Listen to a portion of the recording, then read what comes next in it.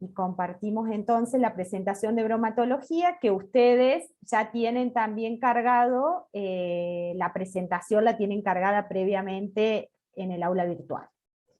Bien, la idea de la clase de bromatología es que podamos abordar, digamos, la temática que es bastante amplia, pero bueno, entre la clase teórica de hoy, la clase de resolución de parte práctica que vamos a tener la semana que viene, más el trabajo práctico presencial que tendremos en su momento, esto nos va a permitir, digamos, el abordaje desde los distintos enfoques de la parte bromatológica. En realidad esta unidad de bromatología es importante, si bien ustedes después durante el desarrollo de la carrera van a tener en materias como por ejemplo tecnología de los alimentos, van a abordar todo esto con muchísima mayor profundidad. En muchos casos varios de ustedes tal vez, digamos, se queden con el título intermedio, entonces es importante tener conocimiento de la parte de bromatología porque es una de de las posibilidades de trabajo de ustedes, digamos, en industrias alimenticias o, digamos, como directores técnicos, a lo mejor en una fábrica de pastas o en una fábrica en una panadería, etc. Entonces es importante tener un conocimiento general en esta temática. La palabra bromatología, digamos, viene desde la definición que tiene que ver, digamos, con una disciplina científica que estudia íntegramente los alimentos. Cuando se dice que se estudia íntegramente los alimentos, además de considerar la composición y las propiedades nutricionales de estos alimentos, y también, digamos, engloba todo lo que tiene que ver con el proceso de producción de ese alimento o esa bebida.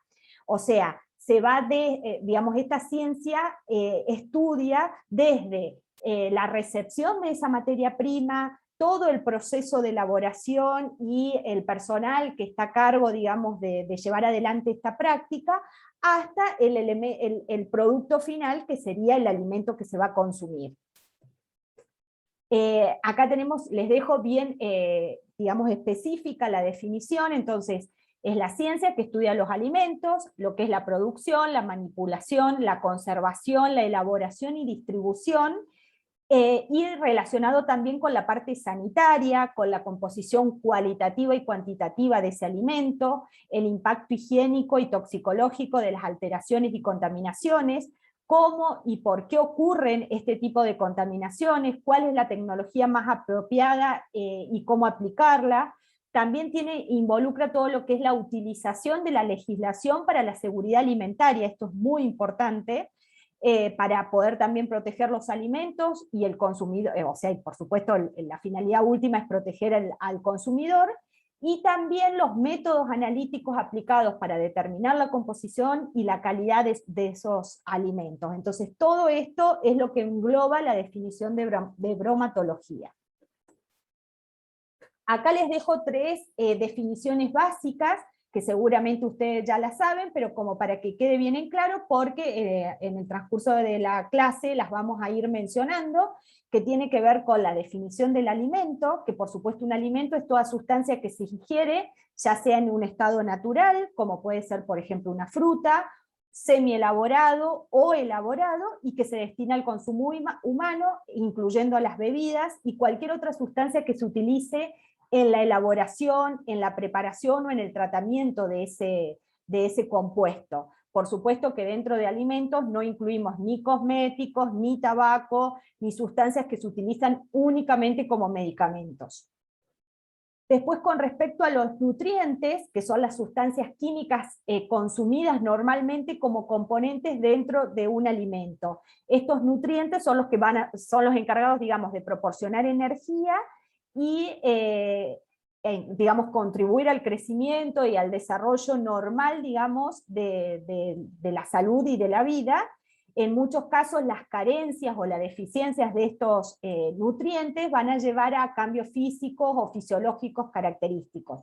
Ejemplos de nutrientes son, por ejemplo, las proteínas, los hidratos de carbono, los minerales, etc. Y por otro lado tenemos la definición de nutrición, que la nutrición en sí es el proceso biológico en el que los organismos asimilan y utilizan los alimentos para el funcionamiento, el crecimiento, o sea, el desarrollo, digamos, de las funciones normales. Por supuesto que me pueden cortar, frenar, consultar en cualquier momento que lo crean necesario, activan sus micrófonos y lo hacen. Los alimentos en sí los podemos clasificar, digamos, en tres grandes grupos, que son los alimentos de origen animal, los de origen vegetal y los de origen mineral. Por supuesto que los de origen animal son todos los derivados de ganado, digamos, vacuno, pollos, peces, cerdos, etcétera, y sus derivados, o sea, no únicamente las carnes, sino también sus derivados.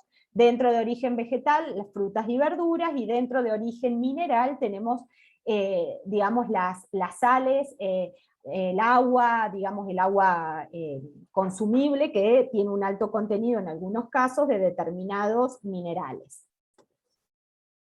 A su vez, estos alimentos se los puede estudiar o caracterizar en función a dos propiedades fundamentales, que son las propiedades nutritivas y las propiedades funcionales. Dentro de las propiedades nutritivas de un alimento tenemos todos aquellos nutrientes, o sea, que definíamos anteriormente, que son, por ejemplo, proteínas, carbohidratos, fibras, vitaminas, etcétera, que van a ir cubriendo un determinado porcentaje de requerimiento que tiene el ser humano, digamos, como para cumplir las funciones básicas del organismo. Y por otro lado tenemos características funcionales, o sea, a los alimentos en muchos casos, y más hoy en día que hay una evolución y un crecimiento de la industria alimenticia, ha hecho que se le vayan incorporando funciones para determinadas aplicaciones o para determinados requerimientos. Dentro de estas propiedades funcionales son aquellas que podemos clasificarlas a su vez en aquellas que pueden favorecer una función en particular, y aquellas que pueden reducir el riesgo de adquirir ciertas enfermedades.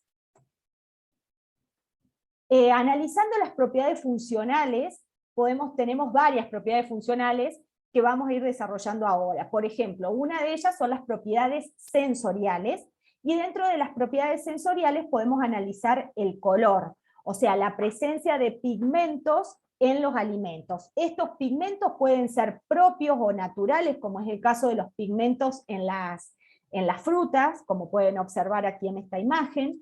Hay otros casos en los cuales la pigmentación es producto de reacciones que tienen lugar como consecuencia, por ejemplo, en el caso de esta manzana que vemos que va adquiriendo este color más marrón, tiene que ver, digamos, con las reacciones químicas y enzimáticas que se producen durante el proceso de oxidación de este alimento.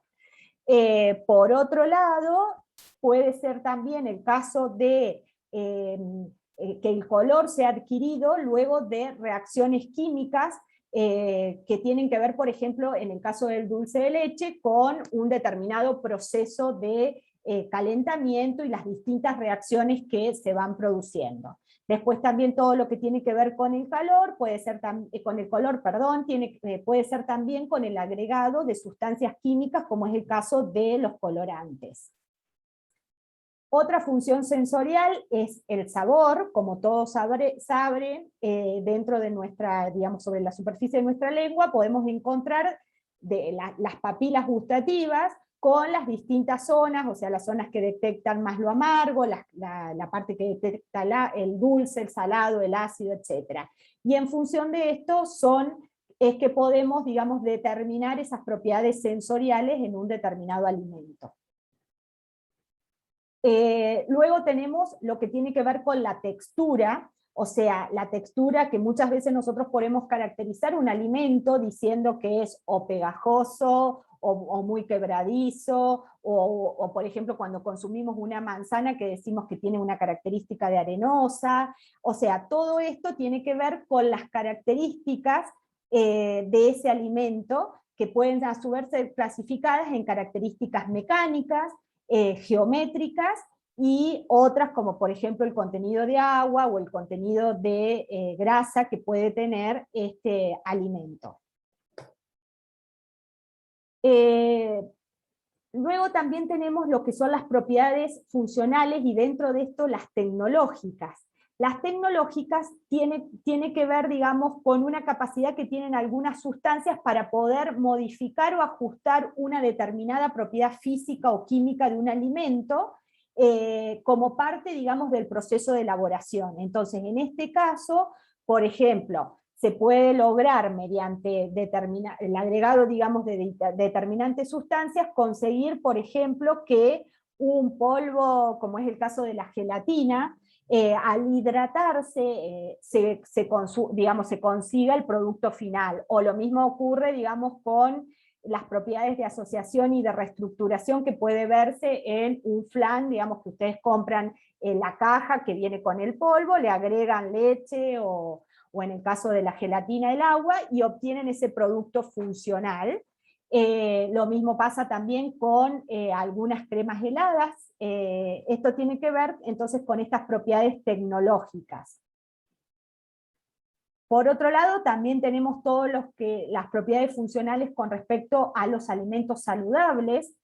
Hoy en día esto está bastante en auge porque se está digamos, teniendo una mayor conciencia de lo que se consume, y en relación a esto es que determinados alimentos tienen un efecto saludable, como por ejemplo el consumo de pescados grasos, que puede prevenir, digamos, ciertas enfermedades cardiovasculares, o por ejemplo las cebollas y los ajos, que tienen propiedades antimicrobianas, etcétera. Bien, entonces hasta aquí lo que fuimos analizando fueron una serie de propiedades funcionales y tecnológicas de los alimentos. Vamos a pasar ahora a diferenciar entre lo que es un alimento alterado y un alimento adulterado. ¿Ustedes alguna vez han escuchado hablar de alimentos alterados o adulterados?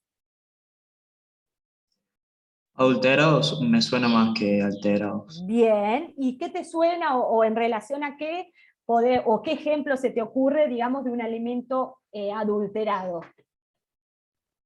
¿La soja transgénica puede ser, profe? Puede ser, sí, podría llegar a ser algún alimento elaborado a partir de una soja transgénica, exacto, puede llegar a ser eso. Ahora, entonces vamos a verlo bien en detalle, o sea, ustedes tienen que tener en cuenta que los alimentos, cuando nosotros, o sea, se considera un alimento alterado, aquel que por causas naturales de diversa índole, como puede ser por procesos térmicos, químicos, biológicos, ha sufrido una modificación o un deterioro en sus características organolépticas, en su composición o en su valor nutritivo. Ahí consideramos que el alimento está alterado. Un ejemplo típico es, por ejemplo, una manzana que como parte, digamos, del proceso de colocarla en los cajones en los cuales se comercializan, supónganse que haya sufrido un golpe, y luego de ese golpe se ha producido una reacción química que ha generado la oxidación. En ese caso es un alimento que ha sido alterado, por supuesto que no ha sido hecho adrede, que por ahí esa es la diferencia con un alimento adulterado. En un alimento adulterado es aquel que ha sido intervenido por el hombre, que ha generado, digamos, estos cambios que modifican sus características o sus cualidades propias, sin que se declare expresamente en el rótulo. O sea, en este caso, entonces, el alimento adulterado es producido, digamos, adrede por digamos, el establecimiento en el cual se elabora, y esto no se ha especificado en el rótulo, como puede ser, por ejemplo, la extracción parcial o total de cualquiera de los componentes del producto original. Por ejemplo, suele ocurrir bastante con el tema de las leches, que en muchos casos, o sea, o se extrae un determinado nivel de grasa más elevado del que a lo mejor figura en el rótulo, o en otros casos estas leches son diluidas con agua. O sea, no necesariamente un alimento adulterado va a producir un efecto sobre la salud del consumidor, pero sí es importante tener en cuenta que muchas veces lo que está comprando el consumidor no es exactamente lo que está colocado en ese rótulo. En otros casos también puede ocurrir, supónganse, con cafés, que muchas veces, además del café puro, está diluido a lo mejor con un malta o con algún otro tipo de aditivo, entonces esto hace que el alimento haya sido adulterado. ¿Queda clara la diferencia entre un alimento alterado y un adulterado? Profe, o sea, el hecho de que especifique que se hizo alguna modificación, eso ya implica que no esté adulterado. Claro, exactamente. Si vos en el rótulo se especifica, no está adulterado, en el sentido de que no está engañando al consumidor. Lo que pasa es que no está engañando, digamos, porque se supone que nosotros como consumidores deberíamos revisar las etiquetas. Después hay todo un tema de publicidades y cómo por ahí engañosamente nos arman los rótulos como para engañar al consumidor. Pero si eso está expreso en el rótulo, no estaría adulterado, sino que sería un alimento que ha sido modificado. ¿Estamos de acuerdo? Ah, bien, profe, gracias. Bien. Luego nosotros nos solemos preguntar, o sea, ustedes se pueden llegar a preguntar cuáles son las exigencias de los consumidores de alimentos, o sea, ¿qué exigencias tenemos o qué buscamos nosotros a la hora de comprar un alimento? O sea, nosotros lo que buscamos en ese alimento son las siguientes propiedades. Por un lado, inocuidad, o sea, una garantía de que el alimento que estamos consumiendo no nos va a producir daño,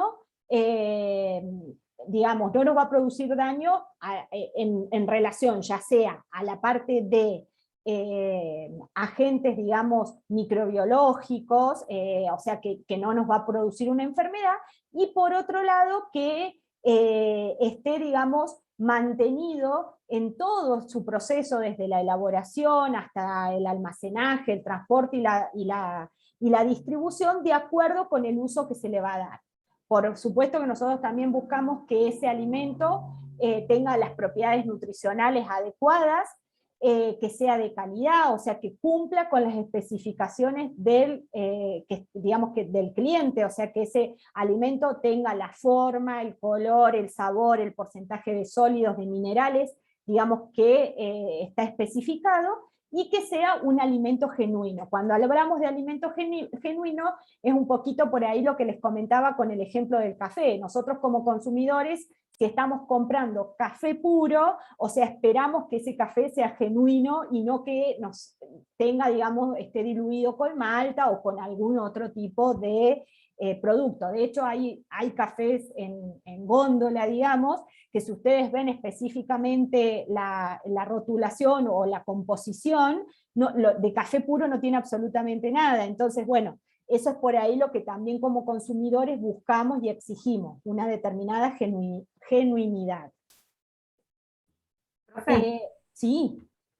una pregunta, esos alimentos que dice a base de tal cosa, o sea, ¿cómo serían clasificados? Esos no son alimentos adulterados porque te lo está especificando el rótulo, pero en realidad, o sea, están aprobados, de hecho, están aprobados bromatológicamente, o sea, no va a haber ningún inconveniente, solo que por ahí no está cumpliendo con una de las exigencias fundamentales, digamos, que tenemos como consumidores de alimentos, que sería, en este caso, la genuinidad. O sea, en cierta forma nos estarían, entre comillas, engañando, porque bueno, ese café, por ejemplo, vuelvo a este ejemplo, pero hay varios, no sería exactamente lo que nosotros buscábamos, digamos, consumir. Bien, gracias. De nada. Bien.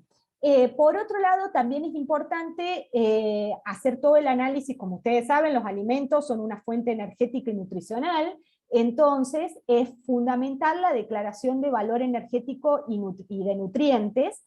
Esto es se hace, digamos, se hace, digamos, una enumeración, se normaliza el contenido de nutrientes del alimento. Por eso ustedes van a ver que en los rótulos aparecen cuánta energía, ya sea expresada en kilocalorías o kilojoule, consumimos cuando estamos comiendo una determinada cantidad de galletitas o un determinado volumen, digamos, de una leche.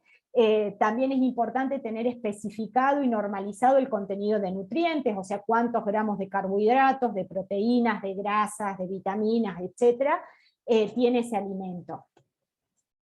Y todo esto lo vamos a ver volcado en lo que sería la tabla de composición del alimento. Estas tablas son el instrumento que nos permite conocer la composición porcentual de energías y nutrientes, y se utiliza para valorar la ingesta de energías, o sea, de energía y nutrientes, así como también permite luego la planificación de dietas individuales o colectivas, también en qué casos, digamos, determinados alimentos puedan ser consumidos por personas sanas o personas que tienen una determinada enfermedad. Entonces, es fundamental tener un buen rótulo o una composición adecuada. Esto también lo exige el Código Alimentario Argentino, que vamos a ver un poquito más adelante de qué se trata. Y básicamente tener una buena tabla de composición, además de poder permitir analizar el estado nutricional, digamos, lo que permite también es la generación, digamos, de las políticas alimenticias a nivel de Estado. O sea, ¿por qué? Porque esto va a permitir también luego generar programas de fortificación de alimentos, o sea, en relación a estas tablas de composiciones, si vemos que un alimento, que determinada población está carente en un determinado nutriente, lo que se suele hacer es agregar a algunos alimentos, digamos, ese nutriente que está haciendo falta, que muchas veces usted, a ver si a alguien se les ocurre, que hay dos productos que consumimos a diario prácticamente, que han sido, digamos, fortificados con determinados minerales o nutrientes. ¿Se dan idea Puede de ser cuál? a La harina. la sal de mesa que le agreguen yodo porque no consumimos mucho en el país. Exacto. Ese es un ejemplo, lo de la sal de mesa. Y alguien dijo las harinas, ¿no es cierto? Sí, profe. Sí, harinas, y también las leches. Vieron que hoy en día, además de tener la leche descremada, la leche entera, hay muchas leches que vienen, por ejemplo, fortificadas con hierro. Entonces lo que se va haciendo es, digamos, estos programas de fortificación de alimentos. Por otro lado, también estas tablas de composición sirven luego para elaborar las guías alimentarias, para implementar, digamos, el etiquetado nutricional, que es un tema que está bastante en auge en la actualidad con el tema de la búsqueda, digamos, de que cada vez sean más claros los etiquetados. Y ¿cómo?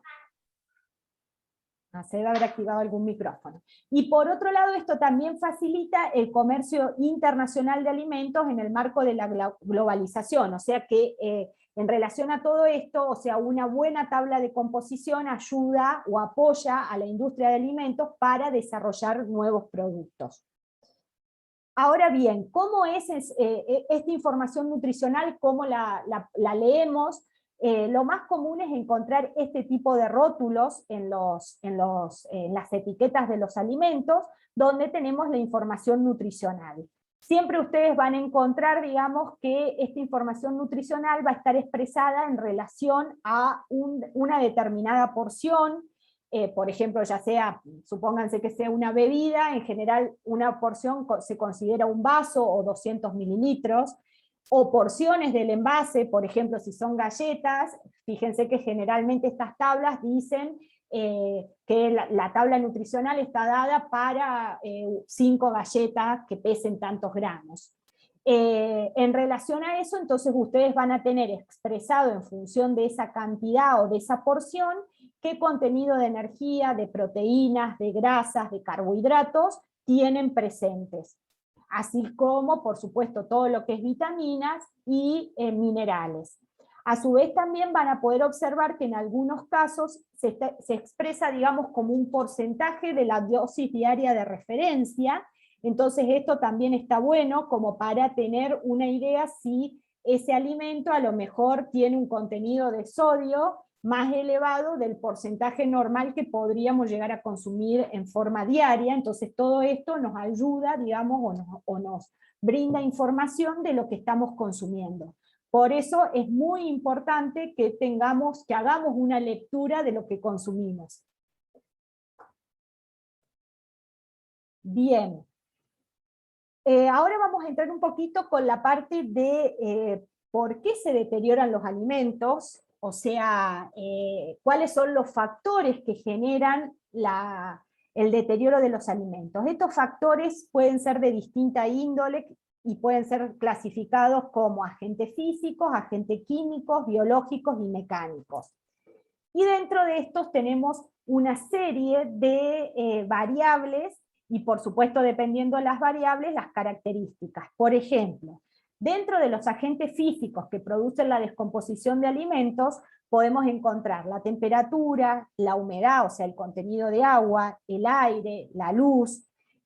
Por ejemplo, si nosotros tenemos un alimento que tiene un alto contenido de humedad o un alto contenido de agua, esto lo que va a hacer es que se facilite el desarrollo de microorganismos. Entonces, si no se controlan adecuadamente las características, digamos, de temperatura y de, digamos, más que todo la temperatura de almacenado o la presencia de luz, es probable que se generen estos microorganismos que produzcan, digamos, la contaminación de ese alimento y que, por supuesto, al ingerirlo, nos podría llegar a causar alguna determinada enfermedad. Lo mismo pasa con el tema del aire. Si un alimento no está envasado correctamente y supónganse que esté ingresando aire, es posible que ese oxígeno pueda alterar las proteínas o pueda producir un cambio de color o pueda generar la oxidación de ese alimento. Lo mismo ocurre con la luz, digamos, con estos agentes físicos. Lo mismo también con los agentes químicos, que son los que van a ir dando lugar a distintas reacciones. Estos agentes químicos pueden ser enzimáticos, pueden ser, por ejemplo, agentes que produzcan el enranciamiento, que no es otra cosa que reacciones de hidrólisis y oxidación, que por ahí se dan muy comúnmente en todo lo que tenga que ver con alimentos, ya sean aceites o derivados, digamos, o derivados de los mismos. Luego tenemos todos los agentes biológicos. Dentro de los agentes biológicos tenemos por un lado los parásitos y por otro lado los microorganismos que pueden ser bacterias, algas, hongos, levaduras, etc. En el caso de los agentes biológicos, aquí sí ya entra específicamente en riesgo la salud, digamos, del consumidor. Porque por un lado, o sea, puede ser que un parásito modifique el color, la textura, pero si ese parásito se encuentra en una elevada concentración, además de modificar las características propias del alimento, puede generar, digamos, un problema, digamos, de salud. Lo mismo con todo lo que tenga que ver con bacterias, con virus, etc. Y por otro lado también tenemos agentes de descomposición mecánicos, como pueden ser los golpes, los cortes, o sea, todo esto, el ejemplo que les decía hoy de una manzana, o sea, ese sería un agente mecánico, ese golpe que puede sufrir una manzana, pero que luego va a desencadenar una serie de reacciones que va a hacer que se pierdan las propiedades organolépticas de ese alimento. Bien. A su vez, los alimentos los podemos ir clasificando según su potencial de peligrosidad. Aquí hay una clasificación que se hace comúnmente y que tiene que ver con la disponibilidad de agua que tenga ese alimento, y en función de eso, ver el grado de peligrosidad. Es así que se los ha clasificado en alimentos clase 0, clase 1 y clase 2. Los alimentos clase 0 son aquellos que tienen un alto contenido de agua disponible y que tienen muy poca o ninguna acidez. Entonces estas características hacen que el alimento sea muy perecedero, por lo tanto hay que mantenerlos a temperaturas de conservación menor en general a los 4 grados centígrados. Es el caso de los alimentos tales como carnes, leches, alimentos que tengan un alto contenido de cremas, frutas frescas, etc. Y en función de eso, después son las características particulares. En algunos casos hay que mantenerlos, digamos, a temperaturas menores a los 4 grados centígrados, como es el caso, por ejemplo, del pescado, que en general lo ideal es mantenerlo en hielo fundente, con una temperatura cercana a los 0 grados centígrados. Luego tenemos los alimentos clase 1, que son los medianamente perecederos, o sea, tienen un determinado contenido de agua, pero a su vez ya tienen un poquito más alto la acidez. Entonces esto hace que ya los podamos conservar a una temperatura mayor a los 6 grados centígrados, como es el caso, por ejemplo, de embutidos secos, o de quesos de pasta dura, yogures, postres lácteos, etc. Y luego los alimentos clase 2, que esos ya son alimentos secos, estables, prácticamente no tienen contenido de agua, por lo tanto el desarrollo microbiano va a ser mucho más improbable, y ya se pueden consumir o se pueden, digamos, mantener a temperaturas de 15 grados, o en algunos casos hasta temperaturas más elevadas, como es el caso, por ejemplo, de las galletas, de los embutidos muy secos, y fundamentalmente de todos los que están condimentados con ácidos o en medios ácidos, como es el caso, por ejemplo, de los pepinillos, de las aceitunas que se encuentran, digamos, en estas salmueras. Todo eso hace que sean alimentos que no necesiten, digamos, un control tan estricto de la temperatura de almacenamiento. ¿Hasta acá vamos, chicos? Sí, profe. Bárbaro. Bueno, y ahora lo que vamos a entrar a ver es toda la parte de la legislación, que como les decía al principio, también la legislación está involucrada dentro de esta ciencia que es la bromatología. El tema de la legislación, por supuesto que cada país tiene su propio sistema de principios y normativas, y a su vez también hay normativas a nivel internacional. O sea, nosotros aquí en Argentina nos regimos por la legislación alimentaria argentina, que como vamos a ver, está, digamos, canalizada mediante el Código Alimentario Argentino. A su vez, después, un alimento que se quiera, digamos, exportar en el Mercosur, deberá cumplir los requerimientos que estipula el Mercosur, o si lo queremos exportar a Europa, deberá, digamos, cumplir con los requerimientos internacionales que se les exija. En general, el Código Alimentario Argentino reúne casi todas estas características. Después hay algunas pequeñas variaciones en función de algunas cuestiones puntuales que vamos a ir viendo.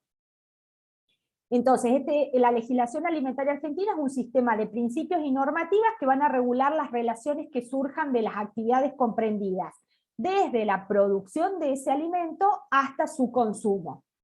Los objetivos son poder regular sobre situaciones específicas, proteger la salud del consumidor y salvaguardar la honestidad de las transacciones comerciales. El Código Alimentario Argentino, CAA, como lo van a encontrar en muchos lados, es un reglamento técnico que está en permanente actualización y que establece las normas higiénico-sanitarias, las bromatológicas, las normas de calidad y genuinidad que deben cumplir las personas físicas o jurídicas, los establecimientos y los productos que caen en su órbita. O sea, regula todo lo que tiene que ver con la elaboración de alimentos, condimentos, bebidas, las materias primas y los aditivos, digamos, que se utilicen para esos alimentos en todo lo que es el territorio de la República Argentina. Fue puesto en vigencia por la ley 18.284 en el año 71, y a partir de ahí se fueron creando, digamos, los distintos capítulos. Como yo les decía recién al principio, esto está en constante actualización. Entonces hoy en día el Código Alimentario Argentino consta de 22 capítulos, pero hasta hace poquitos años tenía muchos menos. A medida, digamos, que van apareciendo nuevos alimentos o nuevas regulaciones, se van agregando o actualizando estos capítulos. Acá les voy a dejar, y ahora vamos a entrar un poquito porque les quiero comentar, si ustedes van por este link, pueden acceder al Código Alimentario. Yo se los voy a cargar desde acá directamente. No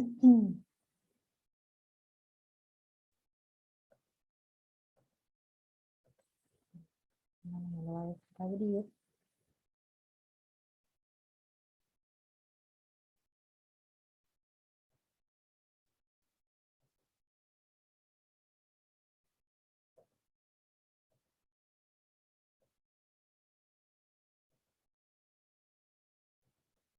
Bien, ahí lo están viendo, ¿no es cierto?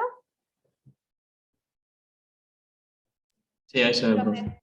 Bien, si ustedes entran por ese link que les dejo en la presentación, van a ingresar a esta página, que es del Ministerio, digamos, de Salud de la Nación, y dentro de eso van a entrar a lo que es el Código Alimentario Argentino. Acá tienen la ley 18.284, que es la ley que les comentaba recién, que estableció el Código Alimentario Argentino, con el decreto en el año 1971, y a partir de ahí van a ir encontrando los capítulos que integran este Código Alimentario Argentino. Estos capítulos van desde disposiciones generales hasta, por ejemplo, en el capítulo 2 van a poder encontrar todo lo que tenga que ver con las condiciones generales de fabricación y comercio de los alimentos. O sea, acá lo que van a encontrar es qué características tiene que reunir una fábrica para poder ser habilitada como industria elaboradora de alimentos. Luego van a ir encontrando, por ejemplo, en un capítulo pueden encontrar todo lo que tiene que ver con utensilios, recipientes, envases, aparatos, o sea, cómo deben ser ellos, cómo se deben limpiar, cómo se deben mantener. Luego van teniendo capítulos, por ejemplo, que tiene que ver con alimentos cárnicos y afines, entonces ahí podrán encontrar todo lo relacionado a carnes y sus derivados, cuál es la composición que deben tener las salchichas, las hamburguesas, los patés, etcétera. Luego otro capítulo donde pueden encontrar todo lo que es alimentos grasos, en otro alimentos lácteos, bueno, y así van a ir encontrando cada uno de ellos, alimentos azucarados, las bebidas, los productos estimulantes, los aditivos que pueden llegar a tener determinados alimentos. También van a encontrar, por ejemplo, en el capítulo 20, todo lo que tiene que ver con la metodología analítica oficial. O sea, en esta parte, en este capítulo, lo que van a ver es los métodos de análisis físico-químicos, microbiológicos, que están aceptados por el Código Alimentario Argentino para estudiar los distintos parámetros. Entonces ahí no solamente se va a dar, digamos, la técnica en sí que se debería usar, sino que también pueden encontrar, a ver si ingreso, si lo pueden ver, si ustedes van clicando sobre cada uno de ellos van a poder bajar el capítulo completo. Pero supónganse en este de analítica oficial, ustedes van a poder encontrar, por ejemplo, toda la metodología analítica referente al control de envases y equipamientos que estén en contacto con los alimentos. Entonces, si ustedes quisieran determinar, supónganse, esta sustancia, les va a especificar qué norma y con qué procedimiento lo deberían hacer.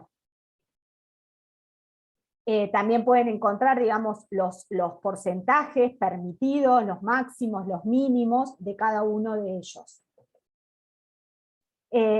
Por otro lado, también van a encontrar en alguno de estos capítulos, que seguramente lo pasamos, todo lo que tenga que ver con las normas de higiene y todos los procedimientos estandarizados de sanitización, de cuidados, digamos, que deben tener los operarios que estén manipulando este tipo de alimentos. Entonces acá van a encontrar todo, fíjense que también está todo lo que tenga que ver con las normas de rotulación y la publicidad de los alimentos, o sea que este código nos da las bases para la elaboración y comercialización de alimentos y bebidas.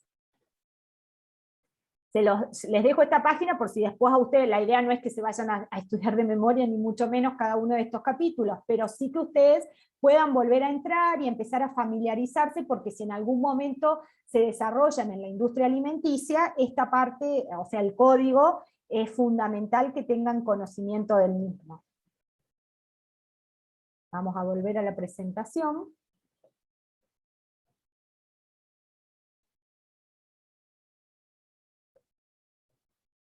Bien. Entonces ahí teníamos lo que era el Código Alimentario Argentino. Por otra parte, vamos a profundizar un poquito más con lo que es la salud y los alimentos, que como veían están muy relacionados. ¿Por qué? Porque este alimento puede ser el vehículo de determinados agentes de contaminación que puedan producir enfermedades agudas o crónicas en las personas que los consuman, que son las que se llaman ETAs. Las ETAs son las enfermedades transmitidas por alimentos.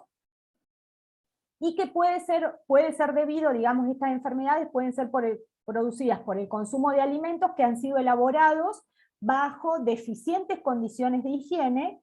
Eso es por un lado, y por otro lado también puede darse que ese alimento haya sido, digamos, procesado adecuadamente, pero que luego los consumidores cometamos ciertos errores que pueden hacer que contaminemos ese alimento y que por supuesto eso nos puede traer luego consecuencias como estas enfermedades. La mayoría de las ETAs son infecciones causadas por ya sea bacterias, virus o parásitos. Además puede haber sustancias tóxicas o nocivas que puedan causar enfermedades transmitidas por los alimentos, si están presentes por supuesto, y en cantidades suficientes como para suponer un peligro para la salud.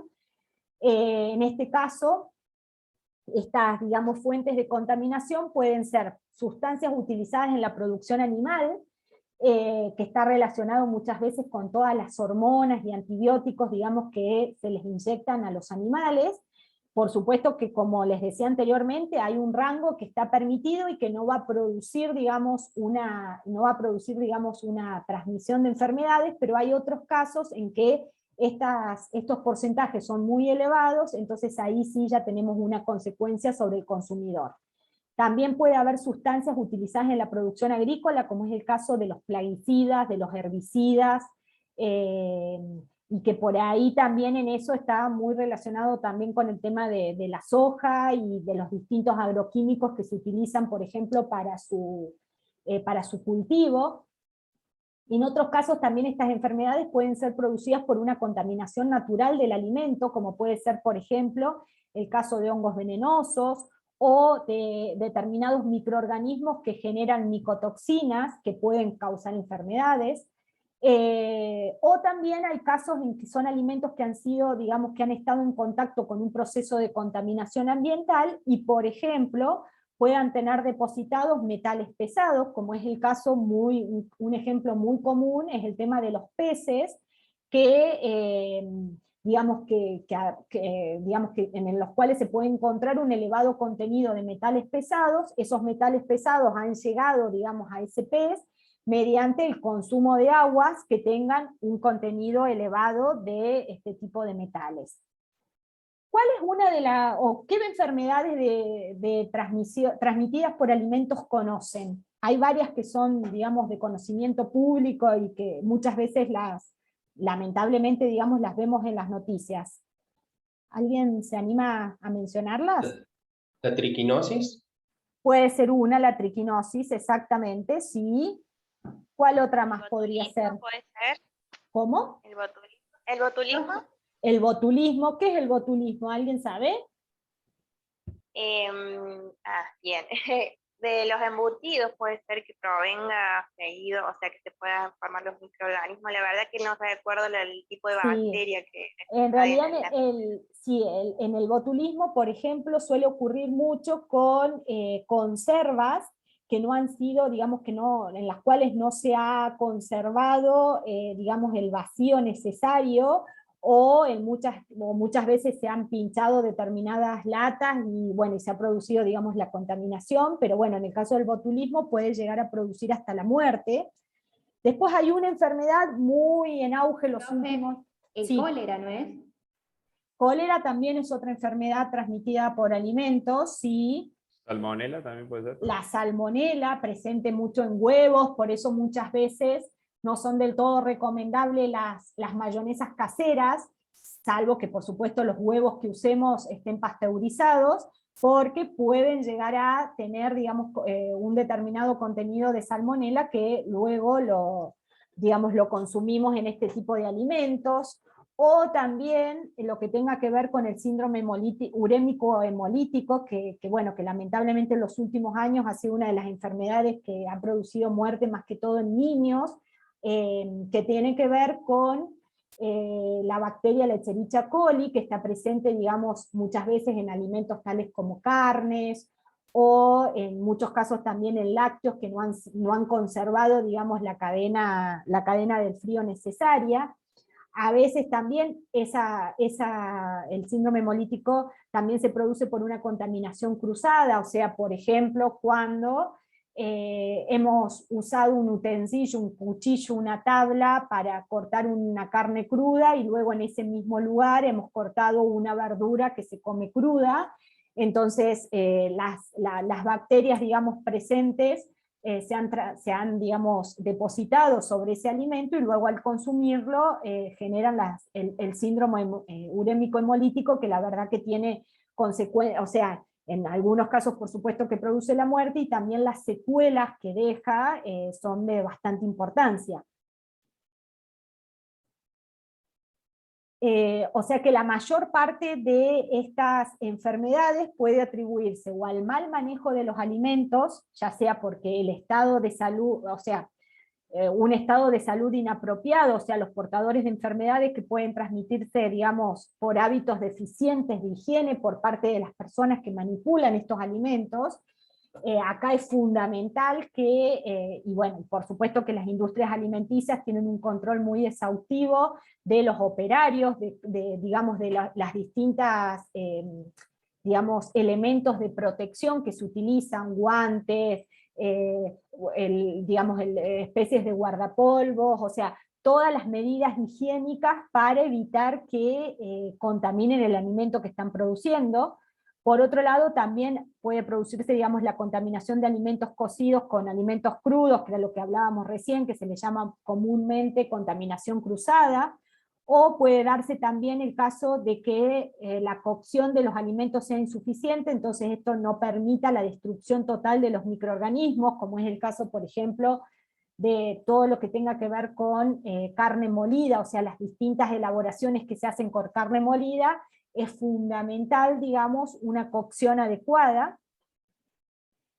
Por supuesto que esto nos puede afectar a cualquiera de los consumidores, pero fundamentalmente el riesgo está en los niños y en los ancianos, y bueno, por supuesto en personas que estén embarazadas o inmunodeprimidos, pero bueno, es fundamental, digamos, el control de todas estas variables, tanto en el proceso de elaboración del alimento, como en el almacenaje, el transporte, digamos, hasta que llega al consumidor final. Bien, ¿qué herramientas contamos para la inocuidad de los alimentos? Hay una serie de regulaciones y normas que establecen los requisitos y metodologías que contribuyen a disminuir el riesgo de contaminación a lo largo de la cadena de producción de los alimentos y que permiten, digamos, obtener alimentos inocuos. Esta inocuidad de los alimentos se logra mediante 5 claves que son muy sencillas y fundamentales, que son, por un lado, por supuesto, mantener la limpieza, usar agua y materias primas seguras, eso es fundamental. Por eso vamos a ver que, un poquitín más adelante, que en el proceso de elaboración de un alimento se controla todo desde las buenas prácticas de manufactura, digamos, tienen en cuenta hasta las buenas prácticas agrícolas, o sea, cómo esa materia prima fue cultivada, cosechada, cómo llegó, digamos, al establecimiento. Eso también va a asegurar la inocuidad del producto alimenticio final. Por otro lado, también todo lo que tenga que ver con separar crudos y cocidos, controlar las temperaturas de cocción, y bueno, realizar, digamos, una cocción completa. Esto es lo que va a ayudar a conseguir un alimento inocuo. Por otro lado, también hay que hacer todo lo que tenga que ver con el control de los agentes de riesgo biológico. Entonces acá fundamentalmente lo podemos controlar con el tema de cocciones a las temperaturas que corresponda para cada tipo de alimento. Acá, por ejemplo, pueden encontrar las temperaturas necesarias para poder combatir microbios que estén presentes, por ejemplo, en carnes de aves y huevos, o en carne molida, etc. ¿Cuáles son las temperaturas, digamos, de almacenaje? Eso es fundamental.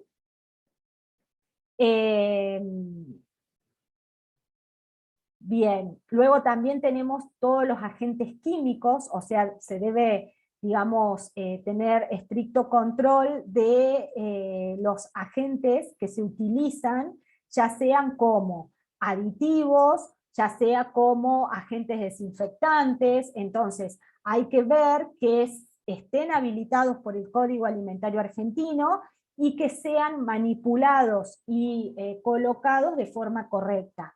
Entonces, por ejemplo, para el control de los agentes de riesgo químico hay que utilizar compuestos químicos legales y aprobados, o sea, los detergentes, desinfectantes que estén aprobados, que tengan un determinado certificado de garantía, que los procedimientos de uso y enjuague sean los adecuados, porque de nada sirve tener el detergente, digamos, con las características que pide el Código Alimentario Argentino, si luego lo aplicamos y a lo mejor no enjuagamos adecuadamente ese utensilio que estamos usando para elaborar un determinado alimento. También todo lo que tenga que ver, hay que tener muy en cuenta todo lo que tenga que ver con el almacenamiento y el etiquetado, digamos, para poder saber con exactitud qué ingredientes tiene, ya sea una materia prima que se está usando, o a lo mejor un compuesto que se está usando para lavado. Por otro lado, también en la inocuidad de los alimentos hay que tener en cuenta los agentes físicos, que son aquellos objetos extraños o duros, digamos, que pudiesen resultar peligrosos para el consumidor, como pueden ser, por ejemplo, astillas de huesos que puedan haber quedado en un determinado alimento, o supónganse en todo lo que tenga que ver con aves, que no sé, que hayan quedado restos de plumas, o piedras, o suciedades, o también todo lo que tiene que ver con metales, como pueden ser producidos, no sé, un anillo que a un determinado operario que está elaborando un alimento, se le cae un anillo y imagínense que eso pase al producto final. Por eso es que los operarios, además de tener, digamos, todo el elemento de protección correspondiente, lo ideal es que no usen ningún tipo de joyería, o sea, ellos deben cumplir una serie de protocolos antes de ingresar a la planta de producción. Bien, y por último, para, digamos, generar digamos, sistema que nos lleve a tener un alimento seguro, o sea, con una inocuidad adecuada, lo ideal es aplicar todo este sistema integrado de gestión de la calidad alimentaria, que este sistema integrado lo podemos ver en este diagrama, que va desde las buenas prácticas agrícolas, que era lo que les mencionaba anteriormente, o sea, la aplicación de una tecnología de producción de las distintas materias primas, ya sean materias primas de origen vegetal o animal, que hayan sido, digamos, desarrolladas de manera correcta, en el caso, por ejemplo, de las materias primas de origen vegetal, que a lo mejor los plaguicidas, herbicidas que se hayan usado sean los que estén permitidos y en las concentraciones adecuadas, o en el caso de la elaboración, digamos, de cárnicos, que esa materia prima no tenga determinadas vacunas, o que los animales hayan sido alimentados adecuadamente. Entonces todo esto, desde acá, digamos, empieza el proceso, digamos, de gestión de la calidad. Por otro lado, tenemos luego las buenas prácticas de manufactura, que las vamos a ver en detalle, que son prácticas, digamos, que se llevan a cabo en los distintos establecimientos y que permiten llegar a ese producto de calidad. Dentro de estas buenas prácticas de manufactura también encontramos los POE, que son los procedimientos operativos estandarizados de saneamiento, o sea, cuáles son las características de limpieza y de higiene que deben tener, ya sea operarios como establecimientos. Y bueno, luego tenemos, por ejemplo, también los análisis de puntos de peligros y puntos críticos de control, que también van a ayudar a tener una gestión adecuada de ese alimento, las normas ISO 22000, o sea, todas estas son una serie de normativas que van a llevar a tener, digamos, un producto de calidad.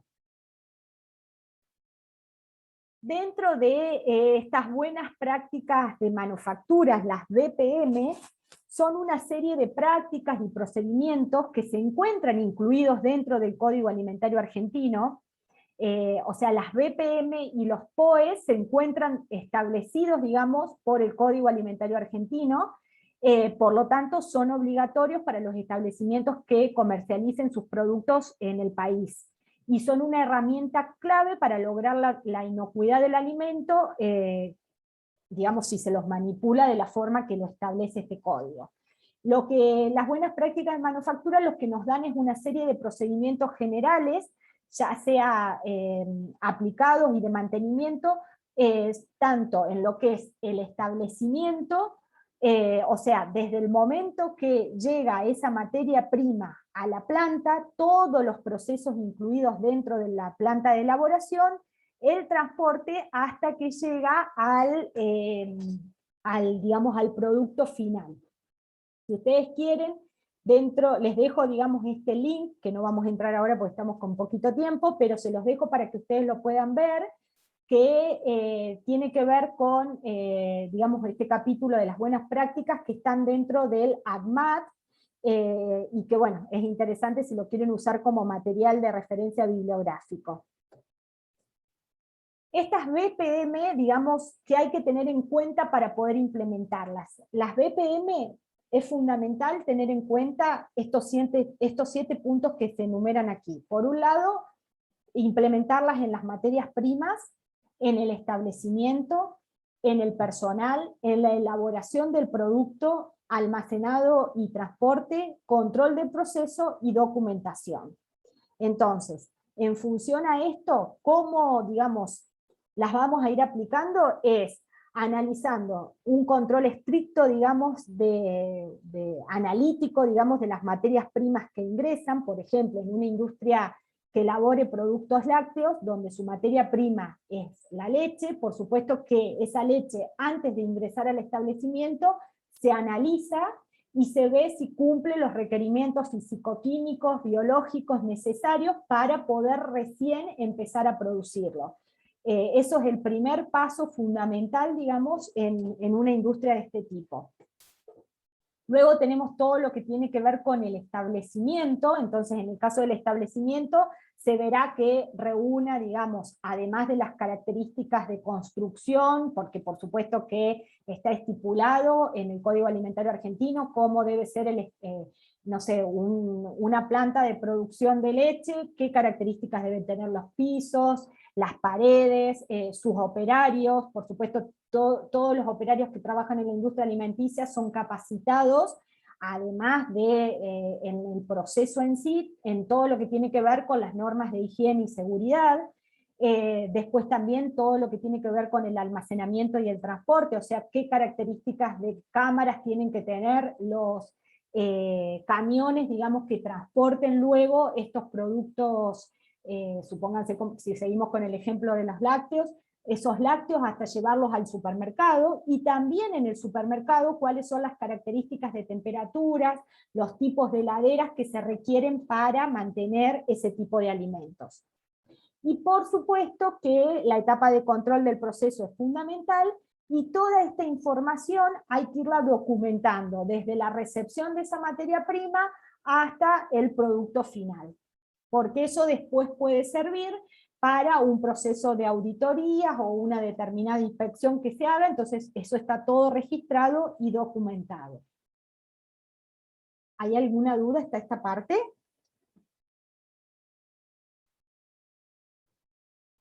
Bien. Bueno, vamos a ver esta última, porque ya estamos sobre la hora, y nos va a quedar una partecita de la clase que tiene que ver con el análisis de puntos críticos, de puntos de peligro y puntos críticos de control, el HACCP, que lo vamos a ver en la clase que viene. Pero bueno, quiero cerrar con esto, cómo lograr, digamos, la inocuidad en los alimentos. Entonces, por supuesto que aplicando estas BPM, pero fundamentalmente mediante la utilización de agua y materia prima seguras, con los controles adecuados, con un plan de mantenimiento de instalaciones, de equipos, de utensilios, con la ejecución de un plan de limpieza y desinfección, los POEs, o sea, los procedimientos estandarizados de sanidad, que van a dar una serie de recomendaciones. Y de hecho, si ustedes en algún momento acceden a una industria alimenticia, hay muchos de ustedes que hacen después las prácticas en industrias alimenticias, van a observar que tienen en las zonas, supónganse, de lavado, van a encontrar mucha cartelería donde les va describiendo el paso a paso de cómo tiene que ser lavado un determinado instrumento, cómo tiene que ser enjuagado. O sea, entonces se especifica de manera tal que a lo mejor, en general en estas industrias tienen 2 o 3 turnos, entonces al estar tan estandarizado el procedimiento, no debería haber diferencias entre un determinado utensilio que ha sido lavado por un operario que está en el turno mañana y uno que está en el turno noche. Entonces, esos procedimientos estandarizados son muy comunes y se encuentran siempre, digamos, en este tipo de industrias. Por otro lado, también toda la existencia y cumplimiento de los programas de control de plagas es fundamental, porque por supuesto que no estaría bueno tener en un establecimiento donde se elaboran alimentos, roedores, etcétera. Entonces esto también se tiene en cuenta. Las prácticas correctas de higiene del personal y, digamos y aplicada a todo el proceso de elaboración, los controles de temperaturas y de procesos en sí, y el control de peligros específicos que dependiendo, digamos, la planta de producción de determinado alimento, tendrán que tener en cuenta en función de eso. Bueno, acá tenían un poquito más de lo que yo ya les había comentado anteriormente, lo que son los POEs. Por supuesto que el personal que esté interviniendo en este proceso tiene que tener un pleno conocimiento de la importancia de la contaminación y de los riesgos que significa no cumplir, digamos, con un plan adecuado de limpieza y desinfección. Bien, vamos a llegar hasta acá porque esta parte de los análisis de peligros y puntos críticos de control se los quiero dar más bien detallado, y de hecho lo vamos a analizar en base a un artículo. Entonces vamos a llegar hasta esta parte.